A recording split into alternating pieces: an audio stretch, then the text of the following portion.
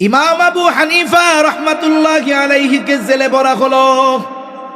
ইমাম আবু হানিফা রহমাতুল্লাহি আলাইহিকে প্রতিদিন চাবুক দিয়ে আঘাত করা হয় আর বলা হয়, আপনি যদি প্রধান বিচারকের দায়িত্ব গ্রহণ করেন ছেড়ে দেওয়া হবে। ইমাম আবু হানিফা চাবুকের আঘাতে জর্জরিত, তবুও উনি প্রধান বিচারকের দায়িত্ব গ্রহণ করেন নাই। অনেক সময় কিছু মানুষ মনে করে যে জেলখানায় যারা যায় সবাই মনে হয় খারাপ। এই যে গত 2-1 দিন আগে গত স্বৈর শাসকের সময় হাজার হাজার শত শত হাজার হাজার নিরহ মানুষকে গুম করা হয়েছিল। বেশ কয়েকটা প্রতিবেদন বের হয়েছে। যাদেরকে গুম করা হয়েছে এরা কেউ খারাপ মানুষ না, এরা সকলেই ভালো মানুষ, খারাপ মানুষ না। এজন্য জেলখানার মধ্যে প্রত্যেক জামানার 2 শ্রেণীর মানুষের যাওয়া লাগে। এক শ্রেণীর মানুষ হলো সবচেয়ে খারাপ মানুষ, আর এক শ্রেণীর মানুষ হলো জামানার সবচেয়ে ভালো মানুষ। জামানার সবচাইতে যারা হকের ব্যাপারে কঠোর, এই মানুষগুলাকেও জেলখানায় যাওয়া লাগে।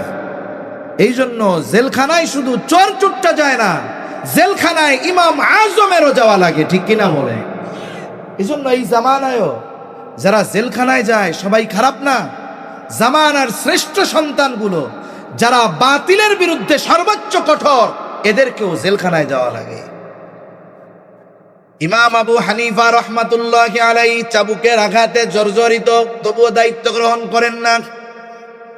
ঐতিহাসিকদের থেকে 2টা মত পাওয়া যায়। 1 নাম্বার, ওনাকে যখন জুলুম করেও নরম বানানো যায় নাই, তখন একটা সময় ওনারে খাবারের সাথে বিষ মিশায়া হত্যা করা হলো। আর একটা যে উনি যখন প্রচন্ড রকমের অসুস্থ হয়ে গেলেন, ওনাকে বাড়িতে পাঠিয়ে দেওয়া হলো, কিন্তু গৃহবন্দী করে ফেলা হলো। ইমাম আবু হানিফা রহমাতুল্লাহি আলাইহিকে তার শাগরেদরা জিজ্ঞাসা করতেছে, যেই দায়িত্ব নেবার সকল যোগ্যতা আপনার মধ্যে ছিল, আপনি জুলুম অত্যাচার সহ্য করেছেন, তবু কেন দায়িত্ব গ্রহণ করলেন না? ইমাম আবু হানিফা বলেন, যেই দায়িত্ব আমি নেই নাই, ওই দায়িত্বের ব্যাপারে আল্লাহর সামনে আমাকে জবাবদিহিতার কাঠগড়ায় দাঁড়ানো লাগবে না। কিন্তু যদি দায়িত্ব নেওয়া হয়, আমি বা আমার অধীনের কেউ যদি দায়িত্বের খেয়ানত করে, আল্লাহর সামনে জবাবদিহিতার কাঠগড়ায় দাঁড়ানো লাগবে।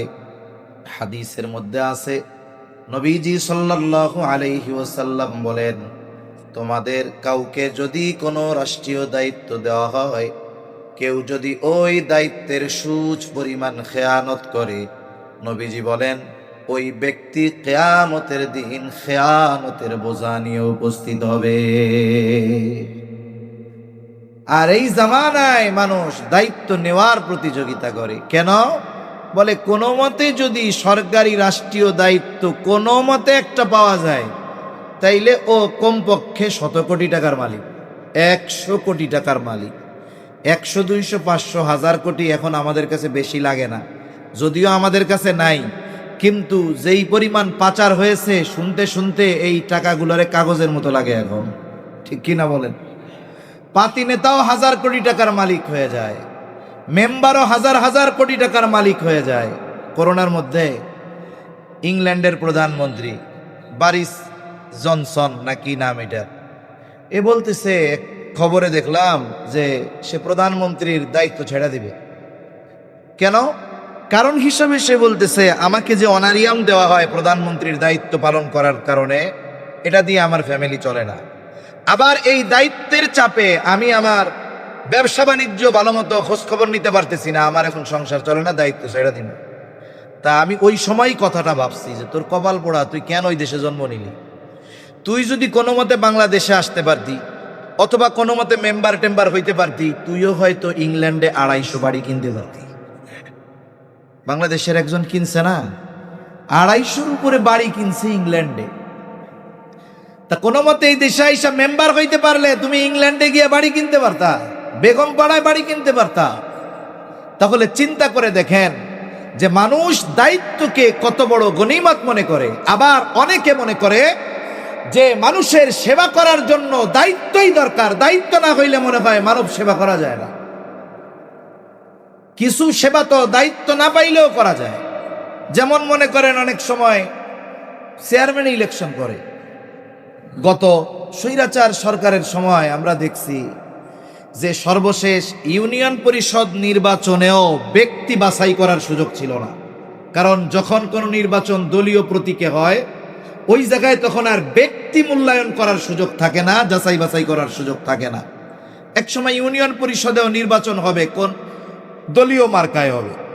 এখন সবাই চিন্তা করতেছে যেই দল ক্ষমতায়, কোনো মতে যদি ওই দলের মার্কা নিয়ে চেয়ারম্যানিতে দাঁড়ানো যায়, ভোট দিনে লাগবে না, ভোট রাতের বেলা ভূতে এসে দিয়ে দিবে।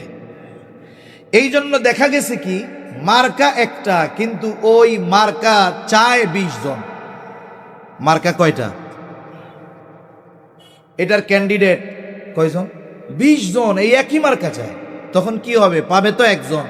তখন এই মার্কা উঠে নিলামে, নিলামে উঠে। এইবার দাম শুধু বাড়ে, বাড়তে বাড়তে এক এলাকায় এক চেয়ারম্যান পদপ্রার্থী, সে সম্ভবত 5 কোটি টাকা দিয়ে শুধু মার্কা নিছে।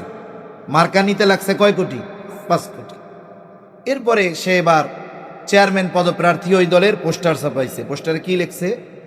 আসন্ন এত নং ইউনিয়ন পরিষদ নির্বাচনে চেয়ারম্যান পদপ্রার্থী হিসাবে অমুক ভাইকে তমুক মার্কায় ভোট দিয়ে অত্র ইউনিয়নের জনগণের সেবা করার সুযোগ প্রদান করুন। এখন বলেন তো, যেই লোকটা 5 কোটি টাকা দিয়ে মার্কা কিনতে পারে, ওই লোক যদি ওই ইউনিয়নের লোকের সেবা করতে চায়, ওর কি চেয়ারম্যান হওয়ার দরকার আছে?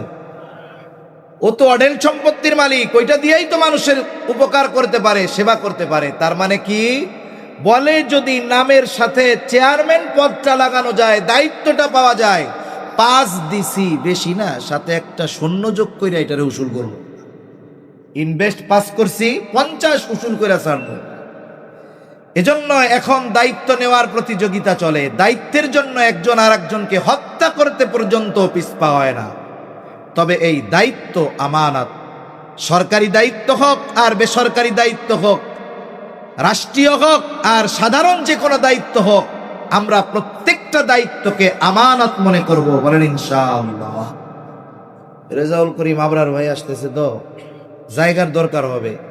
অনেক ভাই আইসা দাঁড়ায় আছে। যদি আপনাদের সামনে ফাঁকা জায়গা থাকে, একটু কষ্ট করে যদি আগায় আগায় বসেন, তাহলে পিছনের কিছু দাঁড়ানো ভাই বসতে পারবে, আরো কিছু ভাই তাইলে এসে আলোচনা শুনতে পারবে। একটু মেহরবানি করে কথা না বলে যার সামনে ফাঁকা আছে একটু আগায় আগায় বসে। তাহলে দায়িত্ব আমানত। 4 নম্বর শরীয়তের বিধিবিধান আমানত।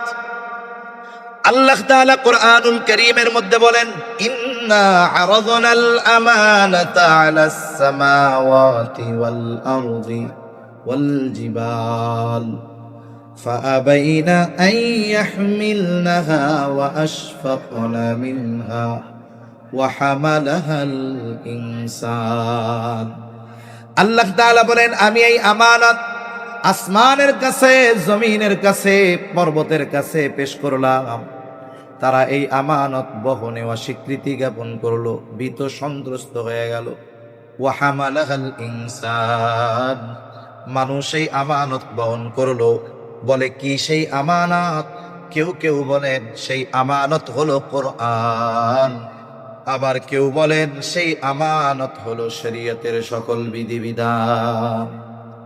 কথা একই, শরীয়তের সকল বিধিবিধান আমার আপনার কাছে আমানত। যদি করণীয়গুলো যদি কেউ না করে, বর্জনীয় বিষয়গুলো যদি কেউ বর্জন না করে, তাহলে খেয়ানত করা হয়। তাহলে 4 নম্বর শরীয়তের বিধিবিধান আমানত। 5 নম্বর বলে সময়টাও আমানত। আমি যদি কোনো জায়গায় কোনো সময়ের ব্যাপারে ওয়াদাবদ্ধ থাকি, কেউ যদি কোথাও কোনো জব করে, চাকরি করে, যদি এমন শর্ত থাকে যে 8 ঘন্টা ডিউটি করতে হবে, দৈনিক এই 8 ঘন্টা সময় তার নয়, বরং এই 8 ঘন্টা সময় সে যার অধীনে চাকরি করতেছে, এই 8 ঘন্টা সময়ের হকদার সে। এই সময়গুলোর মধ্যে ফাঁকি দেওয়ার কোনো সুযোগ নাই। কোনো ব্যক্তি যদি ফাঁকি দেয়, এই সময়টাকে দায়িত্ব দায়িত্ব অবহেলা করে, অপচয় করে, নষ্ট করে, তাহলে নিঃসন্দেহে সে খেয়ানতকারী হবে। একজন বুজুর্গের ঘটনা শোনাই, অনেক আগের বুজুর্গ তা নয়। মাজহার নানুতুবি রহমাতুল্লাহ আলাই, যার নামে মাজাহিরুল উলুম সাহারানপুর মাদ্রাসা, এই মাজহার নানুপুরি রহমাতুল্লাহ আলাই, নানুতুবি রহমাতুল্লাহ আলাই, উনি এক জায়গায় খেদমত করতেন। মাস শেষে ওজিফা নিতেন সময় হিসাব করে। যদি কখনো কোনো সময় ক্লাসের সময় নিজের কাজে ব্যয় করতেন, ওইটা লিখে রাখতেন। একদিন এক লোক ওনার কাছে আসছে, ক্লাসের সময় খুব জরুরি ব্যক্তিগত কথা বলতেই হবে। উনি ক্লাস বন্ধ করে ওই ব্যক্তির সাথে কথা বললেন। এরপরে নোটের মধ্যে লেখা রাখছেন, অমুক দিন অমুক ক্লাসে এই কয় মিনিট সময় আমি আমার ব্যক্তিগত কাজে ব্যবহার করেছি। ওজিফা দেওয়া হলো অফিস থেকে, ওই সময় হিসাব করে যেই পরিমাণ অর্থ হয় ওটা উনি ফেরত দিয়ে দিলেন। অফিস থেকে জিজ্ঞাসা করা হয়, এইটা কি বেশি গেছে নাকি? বলে না। ফেরত দিলেন তাইলে কেন? বলে অমুক দিন অমুক ক্লাসে এই কয় মিনিট সময় আমি আমার নিজের কাজে ব্যয় করেছিলাম, এই জন্য ওই সময়ের সমপরিমাণ ওজিফা আমার জন্য নেওয়া উচিত হবে না। এইরকম মানুষও এই দুনিয়া থেকে গেছে। তাই এই 5টা বিষয় আমরা খেয়াল রাখি, আশা করা যায় অন্যান্য বিষয়গুলো এগুলোর মাধ্যমে আমাদের মধ্যে চলে আসবে। তাহলে আল্লাহ তাআলার নির্দেশ, ইন্নাল্লাহা ইয়া'মুরুকুম আন তুআদ্দুল আমানাতি ইলা আহলিহা। আল্লাহ তাআলা বলেন, নিশ্চয় আল্লাহ তোমাদের আদেশ করতেছেন আমানত তার হকদারের কাছে ফিরিয়ে দাও। সামগ্রিক কথা হলো তোমরা আমানতদার হও। 2 নম্বর নির্দেশ, ওয়া ইযা হাকামতুম বাইনান নাসি আন তাহকুমু বিল আদল। আল্লাহ তাআলা বলেন, তোমরা যখন মানুষের মধ্যে বিচার আচার করবা, ন্যায় বিচার করবা, ন্যায় বিচার করবা। এখন প্রশ্ন হতে পারে, বিচার তো করবে জজ কোর্টের বিচারক, সুপ্রিম কোর্টের বিচারক, আমরা বিচার করব কোত্থেকে? দুনিয়ার মানুষ জীবনের কোনো না কোনো সময় বিচারকের ভূমিকায় অবতীর্ণ হতে হয়। বাবার 2 জন সন্তান, 2 সন্তানের মধ্যে দ্বন্দ্ব লাগছে। এখন এই দ্বন্দ্ব নিরসনে বিচারকের ভূমিকায় বাবা হয় কি হয় না বলেন? 2 মুসলিম ভাইয়ের মধ্যে দ্বন্দ্ব লাগছে, বলে এই মুসলিম ভাইদের মধ্যে দ্বন্দ্ব নিরসনে আপনাকে বা আমাকে বিচারক হিসেবে বলা হয়েছে, আপনি ফয়সালা করে দেন। এখন আমি বিচারক, এক্ষেত্রে আমার এটা সুযোগ নাই যে আমার কাছের কোনো মানুষ, পরিচিত কোনো মানুষ যদি ওই বিচার প্রার্থী হয়, আমি তার সাথে সম্পর্কের কারণে বিচারে পক্ষপাতিত্ব করে তার পক্ষ অবলম্বন করব। অথবা এমন কোনো ব্যক্তি যদি হয় যার সাথে আমার সম্পর্ক নাই, যার প্রতি আমার বিদ্বেষ, এই কারণে আমি তার সাথে অবিচার করব, এটার সুযোগ ইসলাম কখনো রাখে নাই। বরং আল্লাহ তাআলা সুস্পষ্টভাবে জানিয়ে দিয়েছেন, কোন সম্প্রদায়ের প্রতি বিদ্বেষের কারণে তাদের উপরে অবিচার করা যাবে না। শত্রুও যদি ন্যায় বিচার চেতে আসে, শত্রুর ব্যাপারেও ন্যায় বিচার করতে হবে। হাজারো ঘটনা ইসলামে এমন আছে, ইয়াহুদি আর একজন সাহাবী নবীজির কাছে বিচার প্রার্থী হয়েছে। বিচারের ক্ষেত্রে সাক্ষ্য প্রমাণের মাধ্যমেই ফয়সালা দেওয়া হবে। ইয়াহুদি মিথ্যা সাক্ষী নিয়ে গেছে, কিন্তু প্রকৃত হকদার সাহাবী, তার কাছে সাক্ষ্য নাই। আল্লাহ রাসূল সাল্লাল্লাহু আলাইহি ওয়াসাল্লাম ইয়াহুদির পক্ষে ফয়সালা দিয়ে দিয়েছেন। এই যে ইসলামে ন্যায় বিচারের যেই সৌন্দর্য, কিন্তু আফসোসের ব্যাপার, জামানা এমন, ন্যায় বিচারও নাই। আবার ন্যায় বিচার করলে আমাদের মধ্যে মেনে নেওয়ার টেন্ডেন্সিও নাই। কেউ যদি একটু প্রভাব প্রতিপত্তিশালী হয়, একটু ক্ষমতাধর হয়, সে ন্যায় বিচার মানতে চায় না, বরং তার কথা হলো একটা, যা হয় হোক, রায় আমার পক্ষে দিতে হবে। কিন্তু সোনালী যুগের মানুষ কেমন ছিল? সর্বোচ্চ ক্ষমতার অধিকারী হওয়ার পরেও ন্যায় বিচার মেনে নিছে। আবার নিজের পক্ষে রায় গেছে, বিপক্ষে রায় গেছে, এই জন্য বিচারকের উপরে চড়াও হয় নাই, কঠোরতা অবলম্বন করে নাই, বরং ন্যায় বিচার করার কারণে শক্তিশালী ক্ষমতাধর মানুষের বিপক্ষে রায় যাওয়ার পরেও ন্যায় বিচার করার কারণে তারে পুরস্কৃত করা হয়েছে। হযরত ওমর রাদিয়াল্লাহু তাআলা আনহু একবার বাজারে গেছে ঘোড়া কেনার জন্য, এক ইহুদির কাছ থেকে ঘোড়া কিনছে। কেনার আগে সুন্দর মতো দেখা টাকা পরিশোধ করে ঘোড়া বুঝা নিয়ে উনি বাজারের বাইরে গেছে, ঘোড়ায় উঠবে। এইবার ঘোড়ায় যখন উঠতে গেছে বাজারের বাইরে, দেখে যে ঘোড়ার পায়ে সমস্যা, ঘোড়া ওনারে নিয়ে চলতে পারবে না। ঘোড়া নিয়ে আবার চলে আসছে ইহুদির কাছে যে তুমি আমারে কি ঘোড়া দিছো, ঘোড়া দিছো, এটা ফেরত নাও। ইহুদি বলে না, আপনাকে আমি ভালো ঘোড়া দিয়েছি। খলিফাতুল মুসলিমিন বলে তুমি আমারে খারাপ ঘোড়া দিছো। দুজনের মধ্যে তর্ক লেগে গেছে। একটা বিষয় একটু খেয়াল করি, বলেন তো ইহুদি তর্ক করতেছে কার সাথে? বলে অর্ধ জাহানের শাসক খলিফাতুল মুসলিমিনের সাথে তর্ক করতেছে। কে? একজন ইহুদি। কার সাথে? বলে খলিফাতুল মুসলিমিনের সাথে তর্ক করতেছে। এই জামানায় একটা সময় তো মনে হয় এমন গেছে, কেউ যদি স্বপ্নে দেখতো, স্বপ্নে, আমরা সাধারণ মানুষ, আমরা যে কোনো স্বপ্ন দেখতে পারি। আমরা স্বপ্নে কতবার রাজা বাদশাহ হয়ে যাই, তাতে কি আসলে কি হওয়া সম্ভব না? স্বপ্নে অনেক কিছু দেখতে পারি। কেউ যদি স্বপ্নে দেখতো যে সে ওই দেশের প্রধানমন্ত্রীর সাথে তর্ক করতেছে, স্বপ্নে কি দেখছে? তর্ক করতেছে। এখন ও চিন্তা করলো এই কথাটা গিয়া আমাকে থানায় যাই একটু ওসি সাহেবরে কই। ওসি সাহেবরে যাইয়া যদি বলতো যে ওসি সাহেব আজকে তো একটা স্বপ্নে দেখছি, জটিল স্বপ্ন। কি স্বপ্ন? বলে প্রধানমন্ত্রীর সাথে আমি তর্ক করতেছি। আমার মনে হয় ওরে 15 দিনের রিমান্ডে দিত, যে বেড়া স্বপ্ন আর অন্য কিছু দেখতে পাও নাই না, প্রধানমন্ত্রীর সাথে তর্ক করা স্বপ্ন দেখছো না? তাহলে আমাদের জামানার অবস্থা কি? স্বপ্নেও যদি কেউ রাষ্ট্রপ্রধানের সাথে তর্ক করতে দেখে, এতেও তার জীবনের নিশ্চয়তা নাই।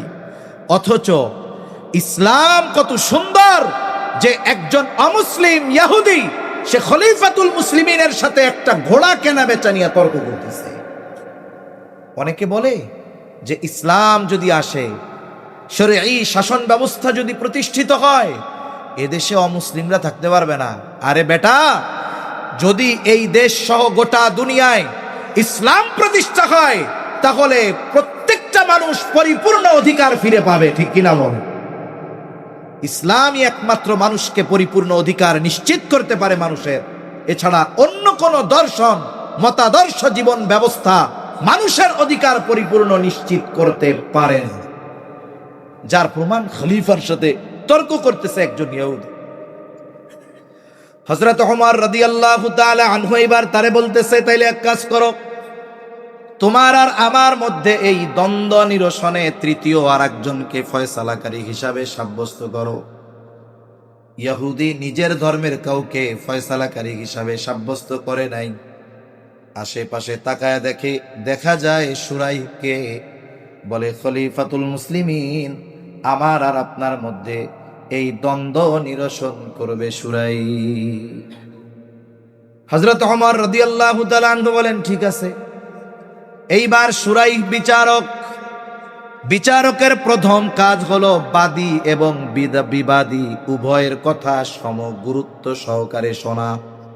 নবীজি সাল্লাল্লাহু আলাইহি ওয়াসাল্লামও বলে দিয়েছেন, যিনি বিচারক হবেন, বাদী বিবাদী উভয়ের কথা সম গুরুত্ব দিয়ে শুনতে হবে এবং দুইজনের এই কথার পরিপ্রেক্ষিতে পরিপূর্ণভাবে নিরপেক্ষতার সাথে ফয়সালা প্রদান করতে হবে।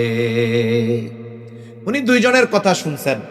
সর্বশেষ খলিফাতুল মুসলিমিনকে বলতেছেন, আপনি কি চান? আপনার চাওয়া কি? হযরত ওমর রাদিয়াল্লাহু তাআলা আনহু বলেন, সে এই ঘোড়া ফেরত নিবে, এটা হলো আমার চাওয়া। সুরাই এবার জিজ্ঞাসা করে, খলিফাতুল মুসলিমিন, আপনি যখন তার থেকে ঘোড়া বুঝে নিয়েছিলেন তখন কেমন নিছেন? কয়, ভালোই তো নিছি, দেখে টেখে নিয়েছি, কোনো সমস্যা ছিল না। ঘোড়ার সমস্যা পরিলক্ষিত হয়েছে কখন? বলে যখন বাজারের বাইরে গিয়া ঘোড়ায় উঠতে গেছি, তার মানে বেচা কেনার মজলিসের বাইরে গিয়া ঘোড়ার সমস্যা ধরা পড়ছে। এইবার সুরাই খলিফাতুল মুসলিমিনকে বলে, খলিফাতুল মুসলিমিন, সুরাই বলতেছে ইহুদি ঘোড়া ফেরত নিতে বাধ্য, তবে আপনি যেমনটা তার থেকে বুঝে নিয়েছেন তেমনটা তাকে ফেরত দিতে হবে। এখন বলেন তো, শুরাই যে বিচার করলো, বিচার খলিফার পক্ষে না বিপক্ষে? খলিফার বিপক্ষে রায় চলে গেছে। খলিফাতুল মুসলিমিন একটু চুপ হয়ে গেছে, একটু পরেই বলতেছে হ্যাঁ শুরাই, এটাই ন্যায় বিচার। এবার খলিফা কি করছেন? বলে শুরাই, তুমি আজই চলে যাও, কুফার প্রধান বিচারকের পদ শূন্য, আমি তোমাকে এই মুহূর্তে কুফার প্রধান বিচারক হিসাবে নিয়োগ দিয়ে দিলাম। আগের শাসকদের ন্যায় বিচার মেনে নেওয়ার মন মানসিকতা ছিল, এই জন্য বিচারকরা নির্দ্বিধায় নির্ভয়ে ন্যায় বিচার করত। আর এখনের জামানা, আমার দেশ পত্রিকার খবর বেশ কিছুদিন আগে, সুপ্রিম কোর্টের 5 জন বিচারকের পদোন্নতি হয়েছে অবিচার করার মাধ্যমে। বুঝেন নাই? ন্যায় বিচার করলে তিরস্কৃত হয়েছে, প্রমোশন হয় নাই, আটকায় রাখায় দেওয়া হয়েছে, জুনিয়র বানায় রাখা হয়েছে, জুনিয়ররা সিনিয়র হয়েছে, লজ্জায় অবসর নিয়ে চলে গেছে। আর 5 জন বিচারকের পদোন্নতি হওয়ার মাধ্যম কি? বলে অবিচার করার মাধ্যমে। সরকারের টার্গেটের লোকগুলাকে কঠিন শাস্তি দেওয়ার মাধ্যমে তারা নজরে গেছে, আর ওই জালেম তাদেরকে জুলুমের কারণে পদোন্নতি দিয়ে দিয়েছে। তাইলে যেই দেশে অবিচার করে প্রমোশন পাওয়া যায়, সেই দেশে তো মানুষ ন্যায় বিচার না অবিচারের প্রতিযোগিতাই করবে, এটাই স্বাভাবিক।